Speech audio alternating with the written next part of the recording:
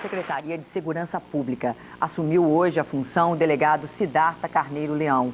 O nome dele já tinha sido anunciado no início do ano, quando o prefeito Silvio Félix divulgou a equipe de governo. Mas, por problemas burocráticos para se afastar da polícia, ele demorou para ser efetivado. E em Paulínia, o projeto de construção de uma pirâmide no centro da cidade, que já provocou muita polêmica no Ministério Público, ganhou agora mais um opositor, o arcebispo de Campinas, Dom Bruno Gamberini. Ele não aprova a construção da cobertura de vidro sobre a igreja, que existe desde que a cidade surgiu. A igreja de São Bento, inaugurada oficialmente em 1903 e que pertence à Arquidiocese de Campinas, é um patrimônio histórico de Paulínia. Em torno dela foi formado o vilarejo que deu origem à cidade. O projeto da pirâmide, com mais de 6.000 metros quadrados e 20 de altura, prevê cobrir não só a igrejinha, também parte do comércio do centro, um museu e fechar uma rua. Além disso, alguns imóveis já foram desapropriados. A construção dessa pirâmide chegou a ser questionada no Ministério Público pelo PT. No ano passado, o caso foi arquivado porque o prefeito Edson Moura não teria deixado de aplicar dinheiro em outros setores para construir a pirâmide. Ou seja, a promotoria não teve muito o que fazer. Mas agora o processo foi reaberto depois de uma nova representação, com outras denúncias de irregularidades. Desta vez, o questionamento é sobre o motivo da obra, já que não havia erro nos gastos. Nós procuramos a assessoria de imprensa da Prefeitura de Paulínia para saber sobre a declaração do arcebispo de Campinas. Mas a informação é que Edson Moura não estava na prefeitura pela manhã e só ele poderia falar sobre o assunto.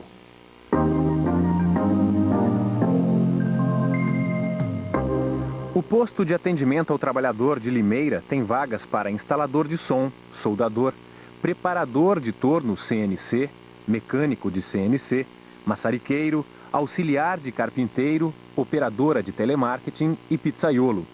Os interessados devem procurar o PAT com carteira de trabalho, RG e currículo, à Rua Barão de Cascalho, 237, no centro da cidade.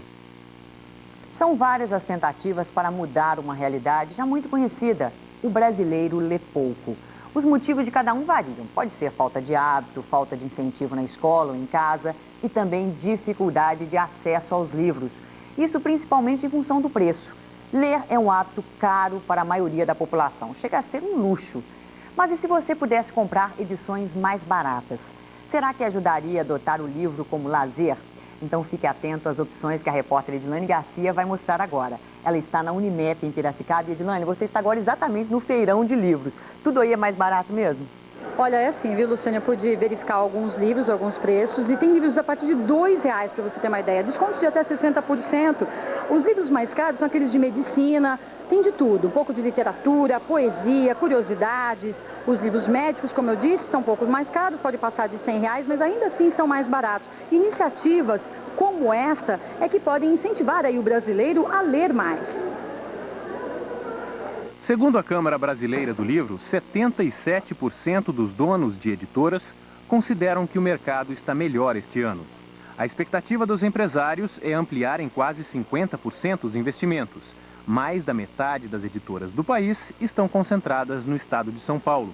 Mas, apesar do otimismo, o desafio ainda é grande, porque os números mostram que a média de leitura no país é menor que 2 livros por habitante por ano. De acordo com a Câmara Brasileira do Livro, 61% dos brasileiros adultos alfabetizados têm muito pouco ou nenhum contato com livros.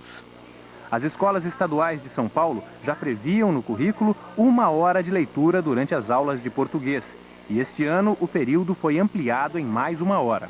Com o programa de incentivo, a intenção é envolver quase 2 milhões de alunos na atividade. Mas agora vamos conversar então com o editor aqui da Unimep, da Universidade de Piracicaba, para saber desse incentivo mesmo à leitura, né? Montado dentro de um espaço para o universitário. Você acha que isso ajuda a estimular, a incentivar o hábito à leitura? Certamente. Nós estamos num ambiente por excelência de estudo, de reflexões.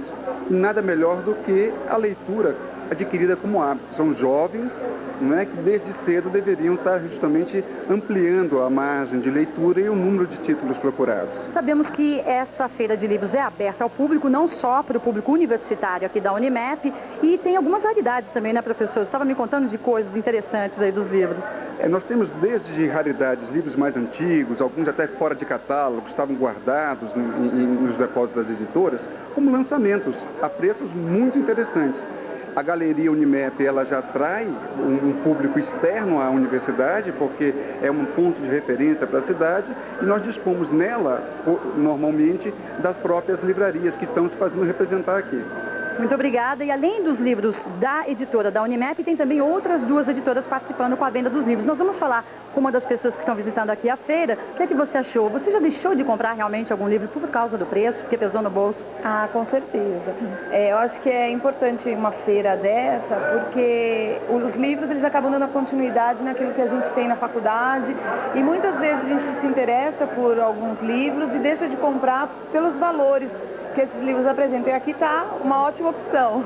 Muito obrigada. Lembrando que essa feira pode ser visitada, o pessoal pode vir aqui comprar livros das 8 da manhã até as 10 da noite. De Piracicaba e de Dani Garcia. Ok, muito obrigado, Edilane. E, para quem se interessar, o Feirão de Livros vai até esta sexta-feira. E no espaço interativo de hoje, o assunto é exatamente a leitura. Nós mostramos iniciativas que incentivam essa prática, o otimismo do mercado editorial para este ano. E nós queremos saber de você o que pode ser feito para que o brasileiro passe a ler mais. Aqui pela internet, o Márcio José de Lima, ele mora em Campinas e diz que eles deveriam incluir na lei de incentivo à cultura o patrocínio de histórias em quadrinhos, o que não é considerado hoje como uma cultura nacional. Ele diz ser desenhista e ele enfrenta essa dificuldade de perto. Afinal, temos o testemunho de muitas pessoas que até aprenderam a ler através de quadrinhos, é o que diz aqui o Márcio. A Flávia Cury, ela é professora e ela acha que se houvesse uma campanha de troca de livros entre crianças de escolas diferentes, isso poderia despertar nelas um certo interesse de compartilhar o hábito da leitura. Passeios a bibliotecas também são sempre interessantes, a pedido da professora, Eduardo. Luciane, olha aqui que ideia interessante do Ricardo Cunha, de Hortolândia. Ele diz que deveria haver um projeto para incluir o livro na cesta básica do brasileiro. Segundo ele, essa medida iria garantir o acesso à cultura para grande parte da população. E Benedita Contesini, de Campinas, ela acha que os preços deveriam ser mais baratos. E acredita que deve-se incentivar as crianças a lerem desde cedo para criar o hábito da leitura. Fim das participações por hoje. Obrigado a todos que mandaram mensagens para nós pela internet, por telefone ou fax. E depois do intervalo, uma forma divertida de aprender. Foi montado em Campinas o Circo da Ciência, um projeto desenvolvido por pesquisadores da Unicamp. Agora, 12h34. A máxima prevista para hoje em Artur Nogueira é de 29 graus.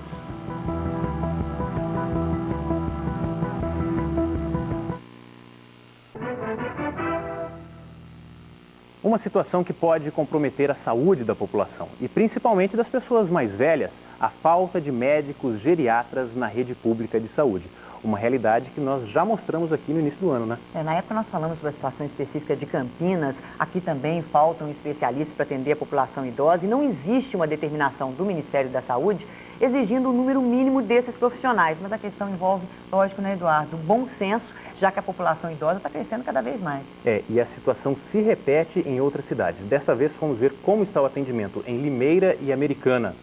Lá, quem tem mais de 60 anos e procura atendimento na rede pública também encontra poucos especialistas. Dona Clarice tem 62 anos. Ela sofre de pressão alta e precisa de um tratamento específico para a idade. O problema é que Limeira não tem geriatra na rede pública. Apenas um nefrologista encaminha os pacientes para outros médicos.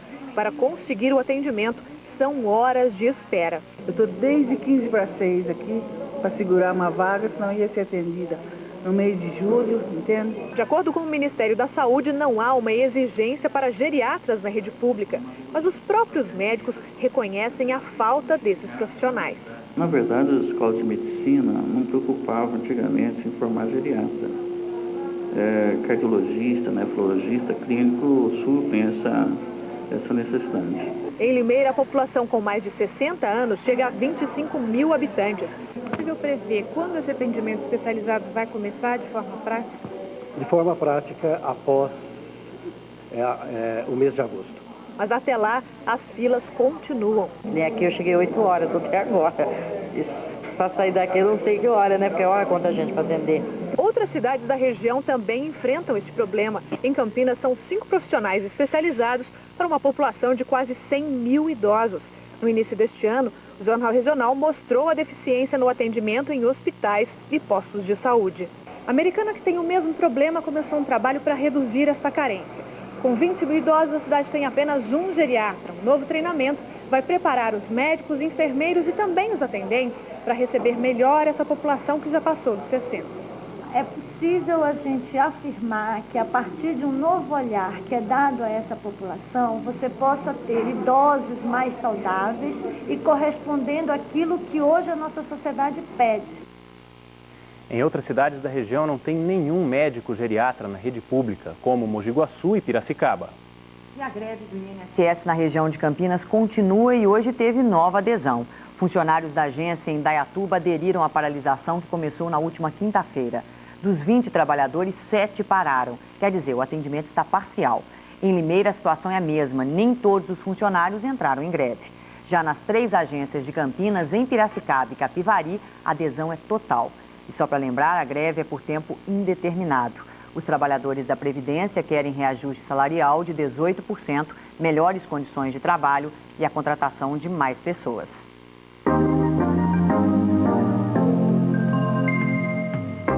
O posto de atendimento ao trabalhador de Iracemápolis tem vagas para contador, prensista, carpinteiro de construção civil, motorista categoria D, encarregado de recursos humanos, técnico de qualidade, comprador, assistente financeiro e fiscal, encarregado de produção e gerente de produção. Os interessados devem comparecer ao PAT, Rua José Almeto, 405, Centro, Iracemápolis, com carteira de trabalho e RG. Uma forma atraente e divertida de aprender ciência, mais especificamente para entender o que é a nanotecnologia, que trabalha com estruturas minúsculas, de dimensões que podem ser inferiores ao milésimo de milímetro. E aí só mesmo um microscópio para enxergá-las. Nem todo mundo sabe, mas essa é uma área cada vez mais pesquisada e presente no nosso dia a dia. E para desmistificar o assunto, foi montado em Campinas o Circo da Ciência, parte de um projeto desenvolvido por pesquisadores da Unicamp. Uma mistura de várias mídias e que explica a nanotecnologia a crianças e adolescentes. Se você passar pela Lagoa do Taquaral, em Campinas, vai ver uma estrutura cinza montada no gramado. Seria um iglu? Uma casa moderna de esquimó? Não é nada disso. Este túnel leva à nanoaventura. A nanociência estuda estruturas muito pequenas, cerca de 75 mil vezes menor que o diâmetro de um fio de cabelo. São os átomos, as moléculas. Aqui, nanotecnologia une diversão e conhecimento. É um verdadeiro passeio por um mundo invisível ao olho humano. O que os cientistas estudam em microscópios de última geração é transformado em jogos, programas visuais. Um investimento de R$ 1.800.000 que traduz a ciência. Trazer um pouco de ciência de uma maneira interativa, agradável, interessante para as crianças e para os adolescentes. Cada jogo, ele necessita ser feito em grupo, brincando aprende-se muito, né? E para animar as equipes, um ator se passa por cientista e narra o que acontece com cada grupo. Não para um minuto. Na tela maior, uma corrida de microscópios para manipular átomos. Nos monitores, cada aluno tem 40 segundos para montar um nanocircuito com moléculas de carbono. O ambiente futurista tem diversos tipos de mídia. Neste jogo, uma célula doente tem que ser curada. Quem descobriu o remédio que dá mais pontos, avisa o vizinho. Porque para salvar as células, a gente tem que trabalhar em conjunto. Bem legal. Tinha ideia do que era a nanotecnologia? Não fazia ideia. A nanotecnologia está presente na vida do ser humano mais do que se pode imaginar. Hoje em dia já tem cosméticos de última geração que já usam partículas nanoscópicas. Nos discos rígidos de computador, por exemplo, os bits de informação são gravados em estruturas nanométricas. Você tem catalisadores, você tem produtos que começam a aparecer, a surgir, que dependem da escala nanométrica, que dependem de estruturas minúsculas. As células, mexer com átomos. A aventura dura cerca de 1 hora. Estimulados com tantas brincadeiras, o aprendizado fica bem mais fácil. Gostei muito, aprendi muita coisa. A gente pode viver várias aventuras, só que com as pontas dos dedos.